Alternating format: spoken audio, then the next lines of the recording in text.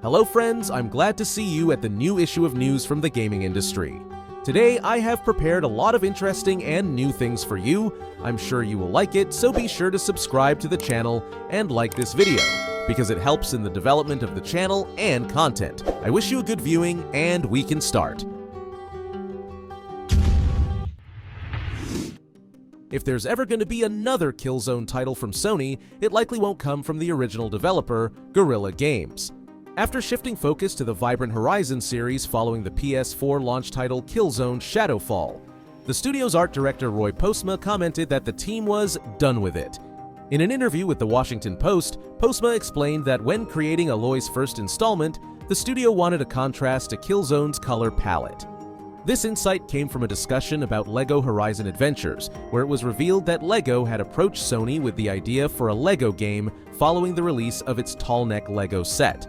Reflecting on the move from the gritty world of Killzone to the colorful, post-apocalyptic setting of Horizon, Postma shared, "We were done with it, Killzone as a team. As a studio, we needed to refresh the palette. It was by choice the opposite of Killzone. I think the themes this story and the characters represent are relatable for all ages and people, like having a found family of friends and finding your place in the world." Guerrilla Games created the Killzone series from 2004 to 2013, spanning 5 entries across 4 consoles. While fans of the franchise are hoping for a revival, especially as Sony continues its push into the live service market, there's no indication that a new Killzone installment is in the works. Sony has been testing the waters with live service titles like Conquered and finding success with games like Helldivers 2. Meanwhile, Fair Gamed from Haven Studio and Bungie's own Marathon are also on the horizon. If a new Killzone does emerge someday, it sounds like Guerrilla Games isn't likely to be at the helm. Night Dive Studios has revealed a new gameplay trailer for the upcoming The Thing Remastered, giving fans a look at how the graphics have changed for the remaster. This update brings a cult classic third-person horror shooter inspired by John Carpenter's legendary horror movie The Thing to a new generation of gamers. The Thing Remastered includes quality-of-life changes and gameplay enhancements over the original. Although the 2002 licensed game shares the same name as John Carpenter's 1982 film, it is not a direct adaptation or tie-in to the movie. Instead, the game acts as a sequel focusing on Captain Blake, who is sent to investigate the same frozen Antarctic outpost featured in The Thing. The original game sold over 1 million units worldwide, and while it was developed by Computer Artworks, the remaster is being handled by Night Dive Studios, known for high-quality remasters of games like Shadow Man, Quake 2, and Doom 64. In the new trailer, Night Dive Studios highlights the updated gameplay and story. The frozen Antarctic setting is showcased with enhanced graphics, including remastered base structures and character models. Cutscenes reveal NPC characters who may be infected by the Thing, and grotesque creatures for players to confront. The game targets up to 120 frames per second and 4K resolution on select platforms like PC and PlayStation 5, featuring improved character models, high-definition textures, and revised animations. The lighting and weather effects have been reworked from scratch, bringing new atmospheric depth to the game. While a specific release date for The Thing Remastered has not been announced, it is scheduled for late 2024. This is one of several horror remasters from Night Dive this year, alongside Killing Time Resurrected, released earlier this October, and an enhanced edition of the classic shooter System Shock 2. Naughty Dog's unannounced game will reportedly focus on player freedom. According to MinMax founder Ben Hansen during the latest episode of the MinMax show, a source very in the know, who worked on the game, said that fans aren't ready for the studio's next project and that it will feature a lot of player freedom, via VGC. The tone was like, "You are all not ready for how amazing this thing is going to be." And the tone was, "I'm not going to say the game that they referenced to compare it to because I don't want people to be like, MinMax said it was going to be exactly like this, but they compared it to a game with a lot of player freedom," Hansen said. When asked if the game in question was Hitman, which has an incredible amount of player freedom, Hansen said it wasn't. At this time, Naughty Dog hasn't officially announced its next title. The studio, which is perhaps best known for the Uncharted and The Last of Us series, is famous for keeping its development plans under wraps until it's ready. However, earlier this year, Naughty Dog's co-president Neil Druckmann confirmed that multiple single-player projects are in development at the studio, saying, "I promise you, we will not be the Last of Us studio forever." Last year, Druckmann also said that he'd like the team to focus less on cutscenes and a traditional narrative in future projects. "I'm more recently intrigued by stuff like Elden Ring and Inside, that don't rely as much on traditional narrative to tell a story," Druckmann said in an interview with the Washington Post. "I think some of the best storytelling in The Last of Us, yes, a lot of it is in the cinematics, but a lot of it is in the gameplay and moving around a space and understanding a history of a space by just looking at it and examining it. To me that, right now, is some of the best joy I get out of games. Those that trust their audience to figure things out, that don't hold their hand. That's the stuff I'm really intrigued by going forward." In December 2023, Naughty Dog canceled its The Last of Us Online game after concerns that it would impact the studio's future single-player games, a project that was reportedly in development for 4 years. Treyarch has released a new update for Call of Duty Black Ops 6 with fixes for lingering bugs that players experienced at launch. The new Call of Duty Black Ops 6 update also improves the game's server stability and fixes an exploit found in the 2 Zombies maps, Liberty Falls and Terminus. Black Ops 6 was released on October 25th worldwide with an immersive single-player campaign set after the events of Black Ops Cold War and Alex Mason's campaign missions from Black Ops 2. Along with the campaign and round-based Zombies modes, Black Ops 6 includes a comprehensive multiplayer experience that's bolstered by the new Omni movement system, giving players more precise control over their movements. Multiple updates have been released since the game's launch to fix issues that players faced over the past few days, including performance issues and occasional glitches. The October 29th Black Ops 6 update brings various fixes and adjustments to the game's user interfaces, including improvements to stability and image streaming in menus. Long names for loadouts and blueprints will no longer be truncated in certain languages, improving overall readability for players around the world. Alongside these fixes, the update applies a major fix to a bug that caused weapons to lose an attachment during a multiplayer match. Treyarch also implemented server-side stability fixes to improve network connectivity in multiplayer matches and zombies, similar to the previous Black Ops 6 update. Before the update's launch, Black Ops 6 players discovered an exploit that allowed them to temporarily lose enemy targeting on the Liberty Falls and Terminus Zombies maps. These exploits were fixed for both maps, and players can now interact with the Bank Vault combination lock 3 times per round in Liberty Falls.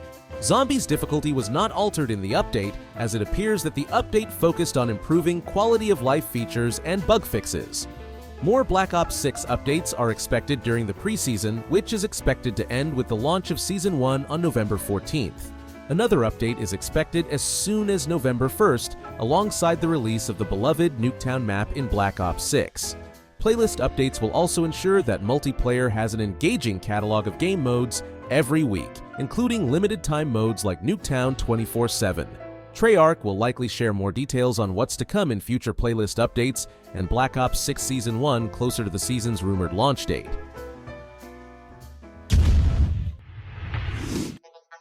Star Citizen developer Cloud Imperium Games has announced that Squadron 42 is set to launch sometime in 2026. If the game does launch then, it will arrive an incredible 14 years after CIG first began Star Citizen's crowdfunding campaign. During CitizenCon in Manchester, England this evening, CIG boss Chris Roberts, known for creating the Wing Commander series, took the stage to confirm Squadron 42 will offer 30 to 40 hours of gameplay, expressing confidence that Star Citizen's long-awaited standalone single-player story game would release in 2026. Roberts' on-stage comments followed a lengthy live gameplay demo that encountered several crashes, bugs, and graphical issues, but still provided the audience with a solid look at Squadron 42's first hour. CIG presented Squadron 42's prologue, designed to introduce players as pilots in the sci-fi game. The demo showcased cinematic cutscenes featuring CGI representations of Hollywood stars such as Gillian Anderson, Henry Cavill, Gary Oldman, and Mark Strong, mixed with on-rails turret action in a large space battle. The segment concluded with a first-person shooter sequence as alien enemies boarded the player's ship. "We did say we were doing it live, risking the demo gods, and they brought their wrath down on us," Roberts remarked on stage. There's much more to Squadron 42 beyond this point. After the prologue, players become pilots and start serving on a smaller ship, the Stanton. But there's far more in the game than what we showed here. It's also been much more stable for me during gameplay in recent weeks. Roberts continued, "As I mentioned at the start, we have 30 to 40 hours of gameplay. We're confident in reaching the quality we've demonstrated here and beyond without crashes. Both the team and I are confident that we can deliver this game in 2026. Obviously, it's not coming tomorrow, as you saw from some of the crashes." Overwatch 2 has released a surprise content update that includes hero balance changes for both normal matches and the Halloween Terror game mode, Junkenstein's Laboratory. This patch features buffs for Ramatra and Wrecking Ball, nerfs for Orisa and Juno, and additional tweaks to Sombra, promising to alter the gameplay landscape ahead of the mid-Season 13 patch. Season 13, titled Spellbinder, began on October 15th. This season introduced numerous balance changes to the roster and the limited-time Halloween mode, Junkenstein's Laboratory, which features customizable talents that modify how certain heroes perform in each round. The latest update reverses recent adjustments to Ramatra's pummel, allowing him to break through barriers again, while Wrecking Ball receives increases to his ammo and grappling claw duration. Juno and Orisa face nerfs. Juno's ultimate now heals less per second, and Orisa has had some armor converted to health, a reduction in her energy javelin's damage, and the removal of Fortify's heatsink feature. Sombra has also been adjusted with a faster EMP charge and stealth reaction when using Translocator, though Hack now reveals her while in stealth. Changes to Junkenstein's Laboratory include buffs for some of the mutations used by Ashe, Genji, Kiriko, Mercy, Moira, Orisa, and Reaper, while D.Va, Pharaoh, and Zenyatta have received nerfs to certain selections. This game mode will be available until November 4th, giving players a week to explore these new mutations. Overwatch 2 typically rolls out hero balance updates monthly, with one for each major content update and another mid-season. This surprise update is a welcome addition that suggests the new rapid balance update technology may lead to more frequent changes in the future. Another hero balance update is anticipated soon, likely arriving with the mid-season patch on November 12th or 19th. This update is expected to introduce additional buffs and nerfs for the characters. Moreover, new quick play. Hacked game modes are on the horizon, setting the stage for exciting 6 vs 6 tests as Season 14 approaches in December.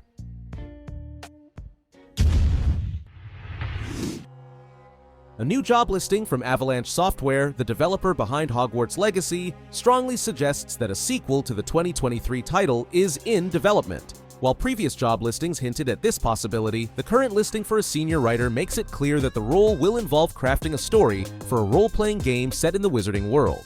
The job listing specifies that the ideal candidate should possess a deep understanding of the Wizarding world and will be responsible for ensuring the authenticity of the writing in relation to the country and era in which the story takes place.